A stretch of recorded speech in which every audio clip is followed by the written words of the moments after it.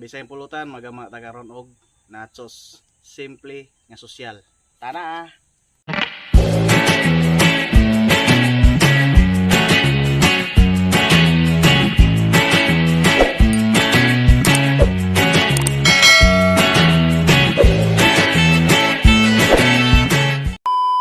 Mga kabisayang pulutan, mo na yung atong ingredients sa paghimo sa Century Tuna Nachos.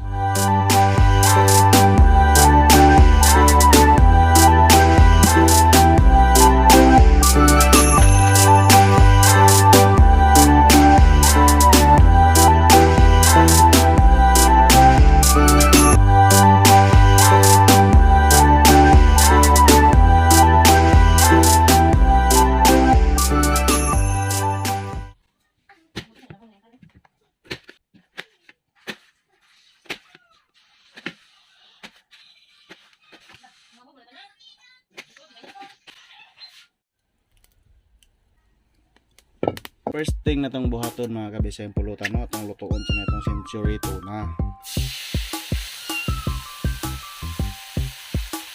Ato anang paughon. Then timplahan na ito magamay mga kabisayang pulutan.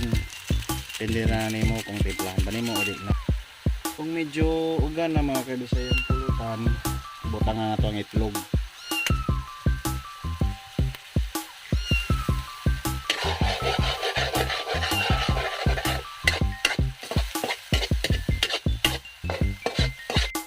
Ready na mga kabisayang pulutan. Ato na ng haunon.